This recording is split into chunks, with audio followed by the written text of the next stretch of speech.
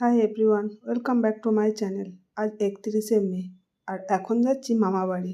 সকালে আমি আরামবাগ চলে এসেছিলাম বাড়িতে, কারণ সকালে আসার কারণও হলো দিব্যেন্দুর অফিস ছিল, তো দিব্যেন্দু আজকে ছুটি নেয়নি। যদি আমি বাড়িতে থাকতাম মানে কলকাতায় থাকতাম তাহলে তো দিব্যেন্দু অফিস চলে যেত, আমাদের বেরোতে বেরোতে হয়তো কলকাতা থেকে এই সময় হয়ে যেত। আর একবার অফিসে পৌঁছে গেলে তো তাড়াতাড়ি বেরিয়েও আসতে পারবে না, তাহলে মামা বাড়ি পৌঁছাতে আমরা অনেক দেরি করে ফেলতাম, মানে রাত্রি 9টা, সাড়ে 9টা, 10টা বেজে যেত। তো সেই কারণেই আমি সকাল সকাল চলে এসেছিলাম। আর এখন মাকে আর সুপ্রিয়াকে নিয়ে আমরা এখন বেরিয়ে যাচ্ছি। সুপ্রিয়াও তো এখন ভাইয়ের সাথে রাউরকেল্লাতে থাকে, ওরাও আজকেই ফিরেছে। কালকে যেহেতু জামাই ষষ্ঠী আছে, জামাই ষষ্ঠীতে বাড়ি যাবে, তাই জন্য ওরাও আজকে দুপুরে ফিরেছে। তবে ওদের ফিরতে ফিরতে 11:30, 12টার মতো বেজে গেছিল। তারপরে এই যে খাওয়া দাওয়া করে নিয়ে এখন আমরা 6জনে মিলে বেরিয়েছি। আমাদের যেতে হয়তো এখন বাজছে 5টা 17, আমাদের পৌঁছাতে হয়তো আধ ঘন্টা ম্যাক্সিমাম লাগবে, মানে 6টার আগেই আমরা পৌঁছে যাব। ভাই আর সুপ্রিয়া তো কালকে সকালেই চলে আসবে মামা বাড়ি থেকে, কারণ ওরা তো এসে আবার কাল জামাই ষষ্ঠীতে বাড়ি যাবে। সেই কারণেই ভাই বাইকে যাবে আর আমরা এই যে গাড়িতে যাচ্ছি। আর তার উপরে দেখো, কিছুটা আসার পরেই দেখছি প্রচন্ড মেঘ ধরেছে কালো হয়ে, এক্ষুনি যে কোনো মুহূর্তে বৃষ্টি নেমে যেতে পারে। আর তাই আমরা সবাই মিলে ভাবছি যে মামাদের বাড়িতে পৌঁছে যাওয়ার পরেই যেন বৃষ্টিটা নামে।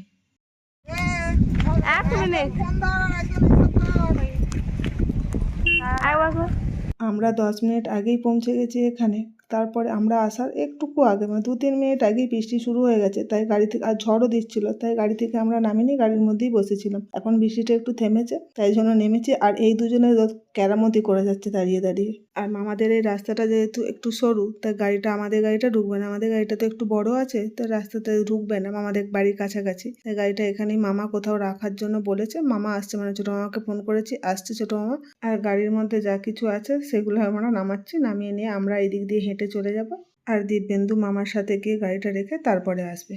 আর এই দুজনে কি কাণ্ড করছে এখানে বুঝতে পারছো কি? ওরা এখানে তীর মারছে, কারণ হচ্ছে এখানে বিদ্যুৎ চমকাচ্ছে, তো তাই ওরা তীর মারছে, তারপরে নাকি বিদ্যুৎটা চমকাচ্ছে। বুঝতে পারছো এদের কোন লেভেলে ব্রেন চলে? আর ওদের এইসব রং ঢং দেখে সুপ্রিয়া তো হেসেই যাচ্ছে। সে যাই হোক, চলো এরপর গুটি গুটি পায়ে আগানো যাক, নাহলে আবার এক্ষুনি ঝমঝম করে নেমে যাবে। মাই গড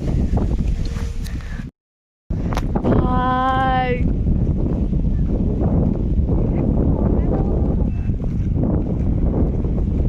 ভাই ওখানে বিদ্যুৎ পড়েই যাচ্ছে।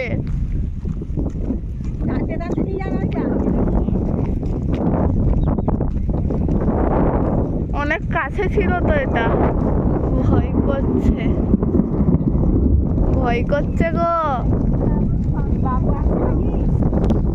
বৃষ্টি যেহেতু শুরু হয়ে গেছিলো, তাই তো আমরা গাড়ির মধ্যে বসে রয়ে গেছিলাম। আর ভাই যেহেতু বাইক নিয়ে এসেছে, তাই ও মামা বাড়িতে পৌঁছে গেছিলো। তবে 1 ফোঁটা 2 ফোঁটা গায়ে বৃষ্টি পড়েছে, একটু ভিজে গেছিলো জামা প্যান্ট। এখন ওর ব্যাগে, মানে ওর জামা প্যান্ট তো সুপ্রিয়ার ব্যাগে থেকে গেছে, সেটা আমাদের গাড়িতেই ছিল, তাই ও জামা চেঞ্জ করতে পারেনি।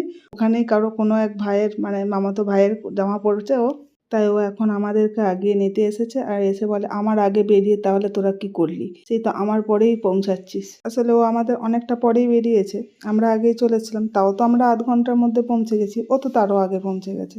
একটুকু আগানোর পরে এই যে এখানে একজন মাস্তুতো দাদা আসছিল, আমার বড় মাসিমণির ছোট ছেলে, তার হাতে আমার ট্রলিটা ধরিয়ে দিলাম, বললাম চলো নিয়ে এটা।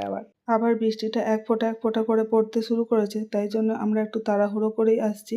এই যে এখন যে আমাদের রাইট সাইডে একটা পুকুর দেখতে পাচ্ছ, এই রাইট সাইডের পুকুরটা হলো আমার ছোটদাদুর, মানে মায়ের কাকার। আর একটা পুকুর, মানে আমরা যে যাচ্ছি এই লেফট সাইডে যে পুকুরটা দেখতে পাচ্ছ, এই পুকুরটা হলো আমার দাদুর, মানে মায়ের বাবার। তো এই দুই দাদু মিলে দুই দিকে পুকুর, আর মাঝখানে এই রাস্তাটা। আর সামনে এই যে সবুজ বাড়িটা দেখতে পাচ্ছ, এটাই আমার মামাদের বাড়ি।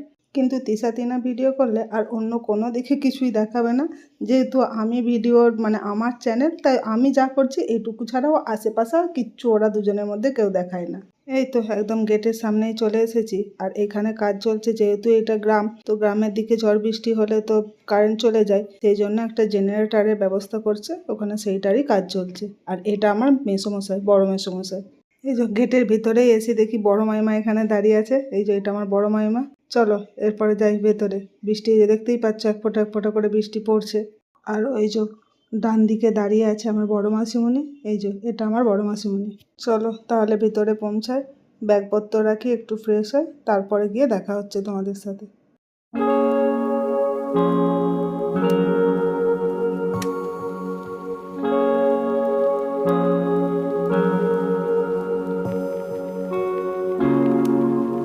আসার পরে আমরা ফ্রেশ হয়ে নিয়েছি, ড্রেসও চেঞ্জ করা হয়ে গেছে। এই যে সুপ্রিয়া এখানে নতুন বউ বলে কথা একটা শাড়ি পরে জড়সড় হয়ে বসে আছে।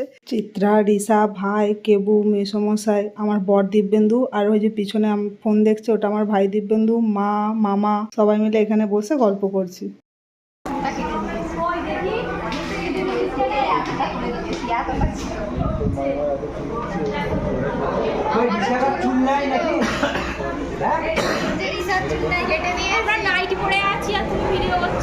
আছে না চুড়িদার আছে, কে লোকে বুঝতে পারছে যে তোর নাম গায়ে বসে আছিস।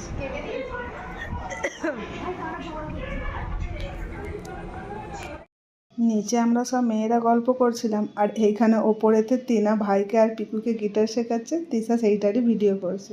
আমরা পৌঁছানোর পর তো অনেক জোর বৃষ্টি পড়ছিল, এখন একটু বৃষ্টিটা থেমেছে। মাসিমণি এখানে পুজো দিতে, মানে যে কালী ঠাকুরের আজকে পুজো আছে সেই মন্দিরেতেই পুজো দিতে এসেছে। ওই যে ওইখানে ওই যে পিঙ্ক কালারের শাড়ি পরা মাসিমণি, ওইখানে মাসিমণি পুজো দিতে গেছে, মাও আছে সঙ্গে। আমিও আর সুপ্রিয়াও এসেছি, বাট আমাদের একটু অসুবিধা আছে তাই আর মন্দিরের ভেতরে গেলাম না, আমরা এই বাইরেই দাঁড়িয়ে আছি।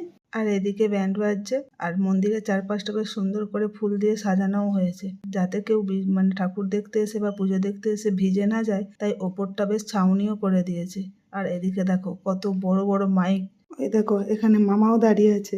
প্রথমে অবশ্য আমি দেখতে পাইনি, পরে তারপর মামার সাথে দেখা হয়েছে। আজ নেক্সট ডে, এখন বাজছে ওই 6:30। আমরা এখন এসেছিলাম এই মন্দিরে, মা মাসিমণিরা সবাই এসেছিল, তাদের সাথে আমরাও এসেছিলাম। আমি আর সুপ্রিয়া ওই ভেতর দিয়ে একটু গেছে দেখতে, ওখানে পাঠা বলি হচ্ছে সেই জন্য। আর আমি এখানে বাইরেই দাঁড়িয়ে আছি।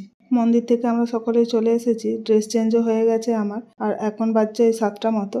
আর ওইদিকে সব তরকারি কাটা চলছে, এই যে এখানে বড় মামাদের রান্নার সব তরকারি কাটা চলছে। এখানে সুপ্রিয়ার ব্যাগ রেডি করে রেখেছে, ও এখন সবার সাথে দেখা করতে গেছে। আর এখানে রান্না হচ্ছে, এই যে 2 মামার, এটা হচ্ছে মেজো মামা ছোট মামা রান্না হচ্ছে, আর ওই দিকেরটা বড় মামাদের রান্না হচ্ছে। আর এখন চলছে মুড়ি খাবার তরকারি রান্না।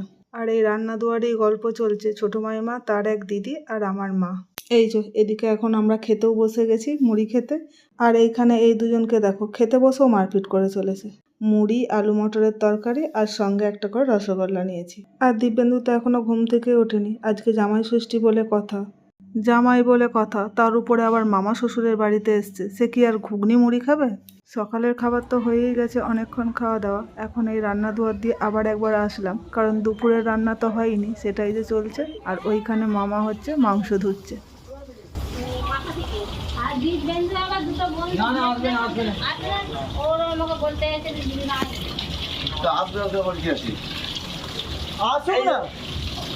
কি হয়েছে? আবার মুখটা বাড়াও, যে মাংস ধুচ্ছে তার ছবিটা 16 কিলো আর 10 কিলো 26 কিলো পাঠার মাংস, 26 কেজি পাঠার মাংস,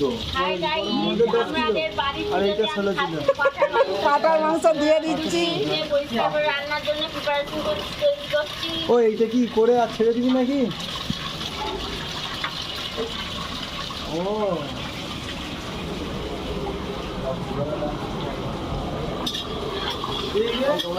ভালো আছো?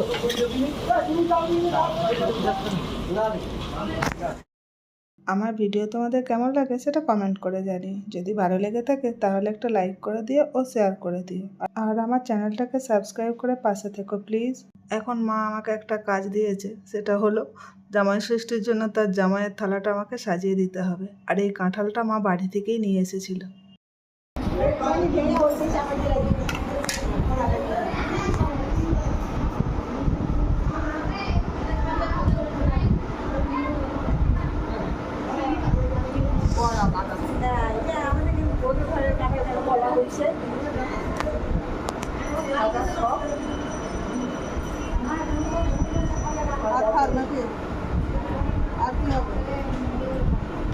শুধু দুটো?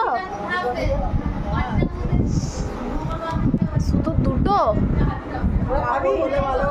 না না, আমি কিছুই খাবো না।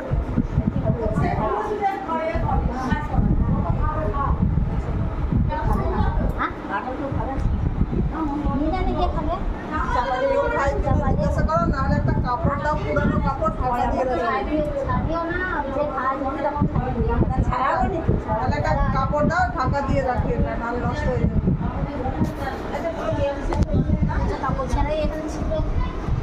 এই আমার হাতে সুন্দর লাগছে এটা। আংটির স্টোনগুলোতে আঠা লেগে যাবার ভয়েতে সেই জন্য তিনাকে বললাম যে আমার আংটিটা একবার ধর, আমি এখন কাঁঠালটা ছাড়িয়ে তারপরে পরবো। তো ও সেটা ওর হাতে পরে নিয়েছে, নিয়ে বলে আমার হাতে খুব সুন্দর দেখতে লাগছে। সে যাই হোক, জামাই ষষ্ঠীর থালাগুলো আমি একটু সাজিয়ে দিই। ভিডিওটা তাহলে আজ এই পর্যন্তই, দেখা হবে নেক্সট ব্লগে। ভালো থেকো সকলে, টাটা।